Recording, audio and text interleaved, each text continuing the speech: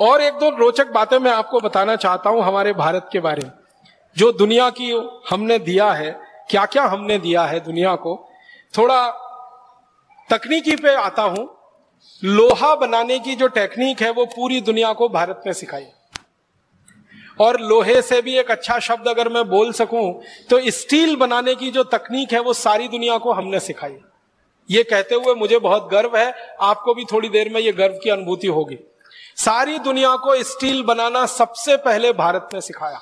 दुनिया में सबसे पहले स्टील भारत में बना, और स्टील आप जानते हैं बहुत कॉम्प्लिकेटेड टेक्नोलॉजी है।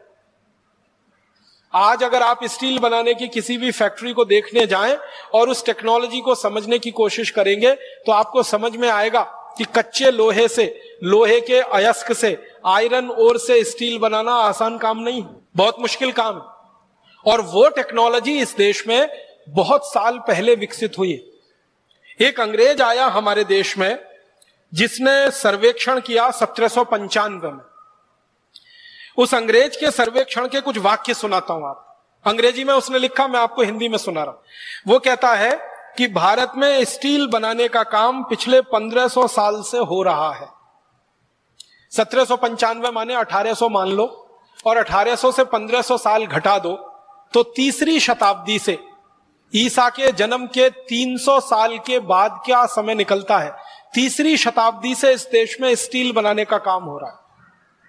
वो कहता है कि मैंने जो सर्वेक्षण भारत में किया है, भारत का पश्चिमी इलाका, पश्चिमी भारत आप जानते हैं, ये महाराष्ट्र, ये गुजरात और थोड़ा मध्य प्रदेश का इलाका, और वो कहता है भारत का पूर्वी इलाका, बंगाल है, आसाम है, उड़ीसा है, झारखंड उसमें आता है, और थोड़ा सा दक्षिणी इलाका, 3 इलाके की बात कर रहा है। तो इन 3 इलाकों में मैं घूमा हूं, और अब तक मैंने भारत में स्टील बनाने के 15,000 छोटे फैक्ट्री चलते देखे। अपनी आंखों की वर्णन कर रहा है वो, कह रहा अब तक मैं घूमा हूं इतने इलाके में 15,000 छोटी फैक्ट्रियां, स्मॉल स्केल फैक्ट्रीज उसने लिखा है। 15,000 छोटी फैक्ट्रियां स्टील बनाने की भारत में चल रही हैं 1795। और वो कहता है कि हर फैक्ट्री में एक दिन में 500 किलो तक स्टील आराम से बनता है। और वो कहता है कि हर एक फैक्ट्री 24 घंटे चलती है, और उसमें मजदूरों की 3 पालियां हैं, 8-8 घंटे की 3 पाली में काम होता है, 24 घंटे फैक्ट्री चलती है। और ये फैक्ट्री को जो सबसे महत्वपूर्ण उपकरण लगता है वो लोहा गलाने वाली भट्टी है, जिसको आज हम अंग्रेजी में कहते हैं ना ब्लास्ट फर्नेस। कच्चा लोहा है, वो ब्लास्ट फर्नेस में डाला जाता है, फिर ब्लास्ट फर्नेस में तापमान बढ़ाया जाता है 1500 डिग्री सेंटीग्रेड, 1400 डिग्री सेंटीग्रेड जब तापमान पहुंचता है तब लोहा पानी की तरह से उबलता है, फिर उसको निकाला जाता है, फिर ठंडा किया जाता है, फिर उसमें निकिल क्रोमियम जैसी चीजें मिला के स्टील तैयार होता है। तो वो कह रहा है कि जो सबसे महत्वपूर्ण फैक्ट्री का उपकरण है वो है भट्टी, ब्लास्ट फर्नेस। और वो कहता है कि मैंने हिसाब निकाला है कि भारत में स्टील बनाने वाली किसी भी फैक्ट्री की जो ब्लास्ट फर्नेस है उसको बनाने का खर्चा सिर्फ 15 रुपए आता है। और ये 15 रुपए का आंकड़ा है 1795 का। आज के हिसाब से अगर आप इस आंकड़े को समझने की कोशिश करेंगे तो 300 का गुणा कर दीजिए, तो 15 में 300 का गुणा कर दीजिए तो 15 थी 45, माने 4,500 रुपए में ब्लास्ट फर्नेस बन के तैयार हो जाती है। फिर वो कह रहा है कि एक ब्लास्ट फर्नेस एक दिन में आराम से 1 टन लोहा बना लेती है, स्टील बना लेती है। और वो कहता है कि 1 टन स्टील बनाने में भारत के जो कारीगर हैं उनका खर्चा मात्र 80 रुपए आता है। 1 टन का माने हो गया 1000 किलोग्राम। 1000 किलोग्राम स्टील बनाने का खर्चा 80 रुपए। तो आप जरा कल्पना करिए 1 किलो स्टील बनाने का खर्चा 80 पैसे। और आपको मालूम है इस समय 1 किलो स्टील कितने में बनता है? 40 रुपए। 1795 में हम भारतीय तकनीक से स्टील बनाते थे तो 1 किलो स्टील बनाने का खर्चा 80 पैसे आता था। अब यूरोप के देशों की नकल करी हुई तकनीक से हम स्टील बनाते हैं और 1 किलो स्टील बनाने का खर्चा आता है 40 रुपए। आप बताओ टेक्नोलॉजी वो सुपर्ब थी या आज की सुपर्ब? और आगे लिखता है वो कि हमारे देश में ये स्टील बनने में जो छोटी फैक्ट्रियां हैं वो 10 घंटे लगाती हैं और 10 घंटे में स्टील बनके तैयार हो जाता है। और वो कहता है कि सभी 15,000 जो स्टील बनाने की फैक्ट्रियां हैं, इनमें एक दिन में 7,500 मीट्रिक टन लोहा बनता है और एक साल में लगभग 27.5 लाख मीट्रिक टन लोहा तैयार होता है, माने स्टील तैयार होता है। और इस स्टील की सरिया बनती है और यह सरिया भारत से यूरोप में बिकने के लिए जाती है और भारत का स्टील यूरोप के बाजारों में प्रीमियम प्राइस पर बिकता है, माने सबसे महंगी कीमत पर बिकता है, क्योंकि भारत के स्टील की तुलना में दुनिया का कोई स्टील ठहरता नहीं। और अंत में वो लिख रहा है अपनी डायरी में कि भारत का स्टील यूरोप के बाजारों में जब बिकता है तो भारत के व्यापारी उस स्टील के बदले में अगर सोने की मांग करें तो भी व्यापारी सोना देने को तैयार होते हैं, क्योंकि उस क्वालिटी का स्टील दुनिया में कोई नहीं बना सकता। और वो कई बातें कह रहा है। एक बात कह रहा है कि भारत के स्टील को प्रीमियम प्राइस क्यों मिल रहा है दुनिया के बाजार में, तो कहता है कि भारत का स्टील ऐसा अद्भुत है जिसमें जंग नहीं लगता। और आप जानते हैं भारत में इस तरह का स्टील बनाने की हजारों साल से परंपरा है जिसमें जंग नहीं लगता। आप जाइए, मेहरौली नाम का एक गांव है दिल्ली में, उसे देखकर आइए। वहां एक लौह स्तंभ खड़ा हुआ है, सैकड़ों साल से बारिश में भीग रहा है और सैकड़ों साल से हवा के थपेड़े खा रहा है, लेकिन उस लौह स्तंभ में 1 इंच मात्र अभी तक जंग नहीं लगा है। यह भारतीय स्टील की क्वालिटी का नमूना है। तो जो अंग्रेज कह रहा है ना कि भारत का स्टील प्रीमियम प्राइस पे बिकता, वो कहता है इसलिए बिक रहा है क्योंकि ये सबसे अच्छी क्वालिटी का है। और वो कहता है कि दुनिया में भारत के बाद अगर सबसे अच्छा स्टील कोई बना सकता है तो वो स्वीडन है, लेकिन स्वीडन में स्टील बनाने का खर्चा भारत में स्टील बनाने के खर्चे से 100 गुना ज्यादा आता है। हम 80 रुपए का 1 टन स्टील बना लेते हैं और स्वीडन में 8,000 रुपए का 1 टन स्टील उस समय बनता है, 1795। और वो कहता है कि भारतवासियों को अपनी इस कला पर और अपनी इस हुनर पर गर्व होने की जरूरत है कि सारी दुनिया में जब कोई नहीं जानता वो तकनीक उनको आती है।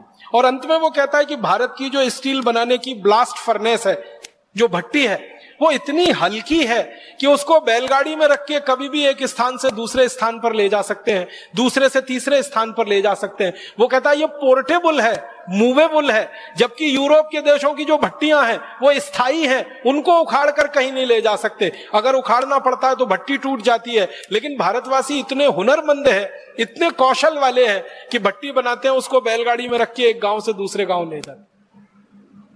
और फिर वो कहते हैं कि ये भारतवासियों को कितना ज्ञान है कि एक साधारण सी भट्टी में 1400 डिग्री तापमान पैदा कर लेते हैं। आप जानते हैं 1400 डिग्री तापमान पैदा करना आसान काम नहीं है, बहुत मुश्किल काम है। और यह भी तब 17वीं शताब्दी में। आज तो हम बिजली की मदद से चाहें तो 2000 डिग्री 3000 डिग्री तक जा सकते हैं, लेकिन जब बिजली नहीं थी तब हम 1400 डिग्री का तापमान पैदा कर सकते थे। और वो कहता है कि इसके लिए एक सबसे बड़ा कारण है कि भारत में सबसे अच्छे किस्म का लोहा मिलता है और सबसे अच्छे किस्म का कोयला मिलता है। उस कोयले और लोहे के सम्मिश्रण से यह स्टील बनता है। कोयला 1400 डिग्री तापमान पैदा कर देता है और लोहा उसमें गल जाता है और स्टील बना देता है। तो स्टील बनाना सारी दुनिया को हमने सिखा। ये जो अंग्रेज है जो आया भारत में सर्वेक्षण किया, इसने सीखा और सीखने के बाद ये लंदन गया। लंदन में जाके इसने एक स्कूल खोला, मेटलर्जी का स्कूल खोला, उसमें स्टील बनाना अंग्रेजों को सिखाया। और फिर दुर्भाग्य से इसी के नाम से दर्ज हो गया कि स्टील का सबसे पहला बनाने वाला ये अंग्रेज, लेकिन उसने भारत से सीखा है। ये बात अभी दर्ज होना बाकी है। 1-2 और उदाहरण देता हूं। हमने दुनिया को और क्या क्या दिया है। सारी दुनिया में इस समय किसी को मैं पूछूं कि सबसे पहला हवाई जहाज किसने बनाया,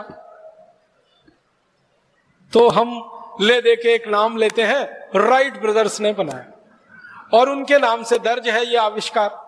17 दिसंबर सन 1903 को अमेरिका के कैरोलिना के समुद्र तट पर राइट ब्रदर्स ने पहला हवाई जहाज बनाकर उड़ाया, जो 120 फीट उड़ा और गिर गया। और उसके बाद फिर आगे हवाई जहाज की कहानी शुरू होती है। तो हम बचपन से ये पढ़ते आए हैं कि 17 दिसंबर 1903 में पहली बार हवाई जहाज बना और उड़ा, 120 फीट तक गया। अमेरिका के साउथ कैरोलिना के समुद्र तट पर राइट ब्रदर्स ने उसको उड़ाया। लेकिन अभी दस्तावेज मिले हैं और वो ये बताते हैं कि 1903 से कई साल पहले सन 1895 में हमारे देश के एक बहुत बड़े विमान वैज्ञानिक ने हवाई जहाज बनाया और मुंबई की चौपाटी के समुद्र तट पर उड़ाया और वो 1500 फीट ऊपर उड़ा और उसके बाद नीचे गिरा। जिस भारतीय वैज्ञानिक ने यह करामात की उनका नाम था शिवकर बापूजी तलपदे। मराठी व्यक्ति थे। अगर आप मुंबई से परिचित हो तो मुंबई में एक छोटा सा इलाका है, उसको चीरा बाजार कहते हैं। वहां उनका जन्म हुआ और पढ़ाई लिखाई की। एक गुरु के सानिध्य में रह के संस्कृत शास्त्रों का अध्ययन किया। अध्ययन करते समय उनकी रुचि पैदा हो गई और हमारे देश में विमान शास्त्र के जो सबसे बड़े वैज्ञानिक माने जाते हैं वो महर्षि भरद्वाज है। महर्षि भरद्वाज ने विमान शास्त्र की सबसे पहली पुस्तक लिखी। उस पुस्तक के आधार पर फिर सैकड़ों पुस्तकें लिखी गई विमान शास्त्र की। सबसे पहली पुस्तक महर्षि भरद्वाज की है विमान शास्त्र की। और भारत में वो जो पुस्तक उपलब्ध है, सबसे पुरानी पुस्तक वो 1500 साल पुरानी है। महर्षि भरद्वाज तो उसके भी बहुत साल पहले हुए। तो महर्षि भरद्वाज ने विमान शास्त्र पे सबसे ज्यादा शोध किया। ये जो शिवकर बापूजी तलपदे थे, इनके हाथ में महर्षि भरद्वाज की वो पुस्तक लग गई, विमान शास्त्र। उस पुस्तक को आद्योपांत उन्होंने पढ़ा। उस पुस्तक के बारे में उन्होंने कुछ रोचक बातें कही हैं। एक बात उन्होंने कही कि इस पुस्तक के 8 अध्यायों में विमान बनाने की तकनीकी का ही वर्णन है। 8 अध्याय। और वो कहते हैं कि 8 अध्याय में 100 खंड हैं जिनमें विमान बनाने की टेक्नोलॉजी का विस्तार से वर्णन है। फिर आगे कहते हैं कि महर्षि भरद्वाज ने अपनी पूरी पुस्तक में विमान बनाने के 500 सिद्धांत लिखे। आप इस बात को जरा फिर से सुनिएगा। एक सिद्धांत पर पूरा विमान बन जाता है। ध्यान दीजिएगा, एक सिद्धांत होता है, एक प्रिंसिपल होता है, उस पे इंजन बन जाता है और विमान बन जाता है। ऐसे 500 सिद्धांत लिखे हैं महर्षि भरद्वाज ने। माने 500 तरह के विमान बनाए जा सकते हैं हर एक सिद्धांत पर। और उस पुस्तक के बारे में तलपदे जी लिखते हैं कि ये 500 सिद्धांतों के 3000 श्लोक हैं। विमान शास्त्र में 3000 श्लोक हैं। और वो कहते हैं, आप जानते हैं ये जो टेक्नोलॉजी होती है, ये जो तकनीकी होती है, उसका एक प्रोसेस होता है, एक प्रक्रिया होती है और हर एक तकनीकी की एक विशेष प्रक्रिया होती है। तो महर्षि भरद्वाज ने 32 प्रक्रियाओं का वर्णन किया है। 32 तरह से 500 किस्म के विमान बनाए जा सकते हैं। इस बात को जरा समझिएगा, मुझे देर में समझ में आई। 32 तरीके हैं 500 तरह के विमान बनाने के। माने एक विमान बनाने के 32 तरीके, 2 विमान बनाने के 32 तरीके, 500 विमान बनाने के 32 तरीके उस पुस्तक में है विमान शास्त्र। 3000 श्लोक है, 100 खंड है और 8 अध्याय है। कितना बड़ा ग्रंथ है ये। इस ग्रंथ को शिवकर बापूजी तलपदे ने पढ़ा अपने विद्यार्थी जीवन से और पढ़ पढ़कर परीक्षण किए और परीक्षण करते करते 1895 में वो सफल हो गए और उन्होंने पहला विमान बना लिया। और उस विमान को बना लिया तो उन्होंने उसको उड़ाकर भी दिखाया और उसको देखने के लिए भारत के बड़े बड़े लोग गए। हमारे देश के उस समय के एक बड़े व्यक्ति हुआ करते थे, महादेव गोविंद रानाडे, जो अंग्रेजी न्याय व्यवस्था में जज की हैसियत से काम किया करते थे मुंबई हाई कोर्ट में। तो रानाडे जी गए उसको देखने के लिए। बड़ोदरा के एक बड़े राजा हुआ करते थे गायकवाड़ करके, वो गए उस विमान को देखने के लिए। ऐसे 20 बड़े लोगों के सामने और हजारों लोगों की उपस्थिति में शिवकर बापूजी तलपदे ने अपना विमान उड़ाया।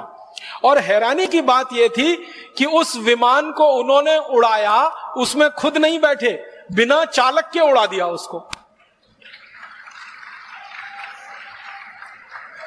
माने आप समझिए कि उस विमान को उड़ाया होगा तो कंट्रोल सिस्टम तलपदे जी के हाथ में है और विमान हवा में उड़ रहा है। और यह बात 1895 में हो रही है, आज की दुनिया की बात नहीं हो रही। और उस विमान को उड़ाते उड़ाते 1500 फीट तक वो लेके गए। फिर उसके बाद उन्होंने उसको उतारा और बहुत सकुशल उतारकर उसको जमीन पे खड़ा कर दिया। माने वो विमान टूटा नहीं, उसमें आग लगी नहीं, उसके साथ कोई दुर्घटना हुई नहीं, उड़ा 1500 फीट तक गया, फिर नीचे कुशलता से उतरा और सारी भीड़ ने तलपदे जी को कंधों पर उठा लिया। महाराजा गायकवाड़ ने उनके लिए इनाम की घोषणा की, एक जागीर उनके लिए घोषणा कर दी कि ये पूरी जागीर इनको दूंगा। और गोविंद रानाडे जी जो थे वहां पर, उन्होंने घोषणाएं की, बड़े बड़े लोगों ने घोषणाएं की। तलपदे जी का यह कहना था कि मैं ऐसे कई विमान बना सकता हूं, मुझे पैसे की कुछ जरूरत है, आर्थिक रूप से मेरी अच्छी स्थिति नहीं है। तो लोगों ने इतना पैसा इकट्ठा करने की घोषणा की कि आगे तो उनको कोई जरूरत नहीं थी। लेकिन तभी उनके साथ एक धोखा हुआ। धोखा क्या हुआ? अंग्रेजों की एक कंपनी थी, उसका नाम था रैली ब्रदर्स करके। वो आई उनके पास, तलपदे जी के पास, और तलपदे जी को कहा कि ये जो विमान आपने बनाया है इसका ड्राइंग हमें दे दीजिए। तलपदे जी ने कहा कि उसका कारण बताइए।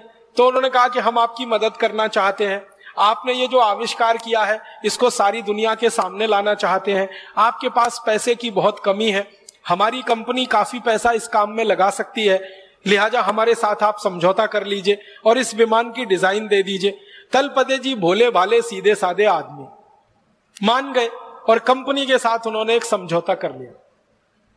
उस समझौते में रैली ब्रदर्स जो कंपनी थी, इसने क्या किया, पूरा विमान का मॉडल उनसे ले लिया और ड्राइंग ले ली, डिजाइन ले ली, और उसको लेकर ये कंपनी लंदन चली गई। और लंदन के बाद उस समझौते को वो कंपनी भूल गई और वही ड्राइंग और वही डिजाइन फिर अमेरिका पहुंच गई। फिर अमेरिका में राइट ब्रदर्स के हाथ में आ गई। फिर राइट ब्रदर्स ने वो विमान बना के अपने नाम से सारी दुनिया में रजिस्टर करा लिया। और तलपदे जी की गलती क्या थी?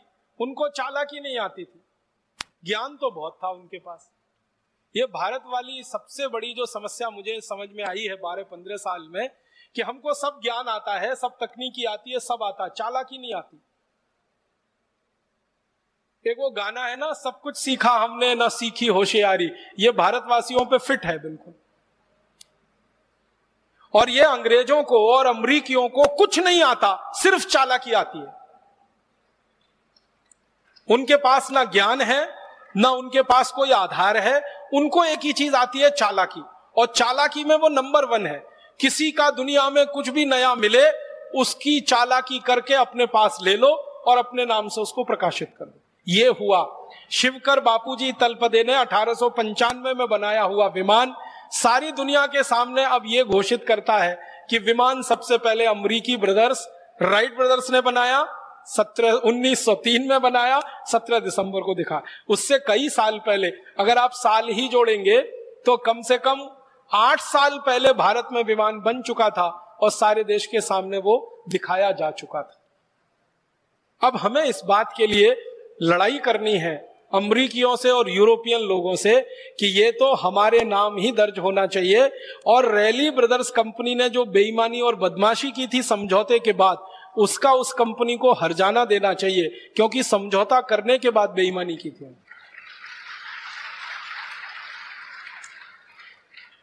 हम भारतवासी कुछ इसी तरह की चीजों में पीछे रह गए, वरना हम दुनिया में आज अगर थोड़ी चालाकी हमने सीखी होती, थोड़ी होशियारी हमको आ रही होती, तो ये विमान बनाने का श्रेय तलपदे जी के नाम ही रहता।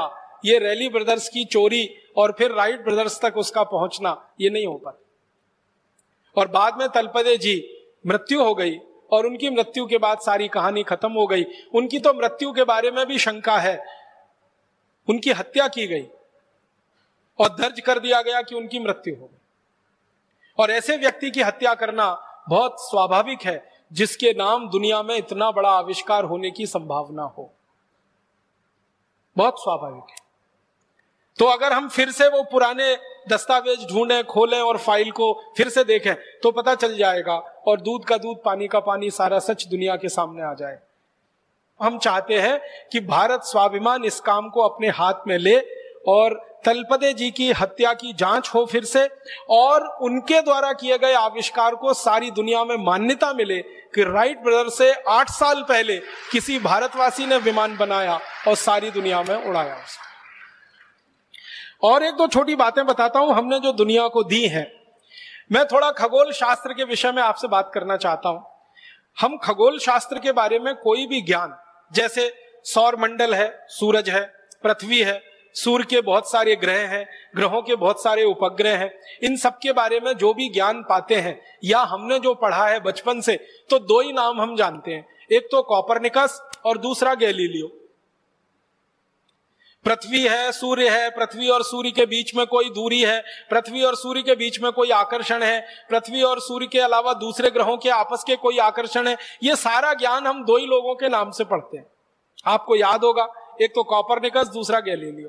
कॉपरनिकस के ज्ञान के आधार पर हम पढ़ते हैं पृथ्वी सूर्य के चारों तरफ चक्कर लगाती है, पृथ्वी अपनी धुरी पर भी घूमती है, सूर्य के चारों तरफ भी घूमती है, अपनी धुरी पर घूमने से ये होता है, सूर्य के चारों तरफ घूमने से ये होता है। ये सब बचपन से हम पढ़ते आए कॉपरनिकस के नाम से या तो गैलीलियो के नाम से। अभी पता चल रहा है वो ये कि कॉपरनिकस और गैलीलियो तो पैदा भी नहीं हुए थे, उसके हजारों साल पहले ये ज्ञान और ये सूत्र और ये सिद्धांत भारत के सामने प्रस्तुत किए थे एक महान व्यक्ति, उनका नाम था महर्षि आर्यभट्ट। उन्होंने सबसे पहले दुनिया को बताया कि ये सौर मंडल में सूरज स्थित है और स्थिर है, पृथ्वी जो है स्थिर नहीं है, वो घूम रही है सूरज के चारों तरफ और वो अपने अक्ष पर भी घूम रही। ये सबसे पहले महर्षि आर्यभट्ट ने सारी दुनिया को बताया। उसके बाद उन्होंने जो सूत्र दिए, उन सूत्रों के आधार पर पृथ्वी और सूर्य के बीच की दूरी निकाली गई और आप हैरान हो जाएंगे, महर्षि आर्यभट्ट ने जो दूरी निकाल के दे दी, वो दूरी को आज तक दुनिया का कोई खगोल शास्त्री चुनौती नहीं दे पाया, आज तक नहीं दे पाया।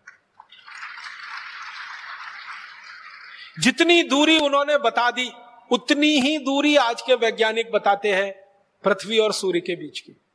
और तीसरी महत्व की बात महर्षि आर्यभट्ट ने जो सारी दुनिया को बताई वो ये कि सूर्य जो है ये निरापद नहीं है, इसमें बहुत सारे काले धब्बे हैं। और ये काले धब्बे की जो थ्योरी है, इसको स्टीफन हॉकिंग्स नाम के एक आधुनिक वैज्ञानिक ने अपने नाम से लिखवा लिया है और वर्ड पेटेंट ले लिया है, ब्लैक होल थ्योरी। आप में से कुछ लोग अगर थोड़ा फिजिक्स पढ़े होंगे तो आपने पढ़ा होगा ब्लैक होल थ्योरी। ये ब्लैक होल थ्योरी को सारी दुनिया मानती है, स्टीफन हॉकिंग्स की खोज है ब्लैक होल्स थ्योरी। लेकिन महर्षि आर्यभट्ट ने स्टीफन हॉकिंग्स के जन्म से हजारों साल पहले बता दिया कि सूरज निरापद नहीं है, इसमें ब्लैक होल्स हैं, काले विवर हैं, और वही उसके जीवन का कारण है। इसके बाद और एक महत्व की बात जो सारी दुनिया में महर्षि आर्यभट्ट ने बताई, जिसको दूसरे लोग अपने नाम से प्रकाशित करते रहे हैं, वो ये कि हमारा जो सूर्य है और सूर्य के साथ दूसरे ग्रहों की जो स्थिति है, तो सारे ग्रह सूर्य के प्रकाश से प्रकाशित हैं। दूसरे ग्रहों के पास अपना कोई प्रकाश नहीं है, सूर्य के प्रकाश से ही वो सब प्रकाशित हैं। वो चाहे शनि हो, चाहे बुध हो, चाहे शुक्र हो, चाहे चंद्रमा हो, चाहे मंगल हो, ये सब सूर्य के प्रकाश से प्रकाशित हैं। सारी दुनिया को सबसे पहले महर्षि आर्यभट्ट ने बताया है।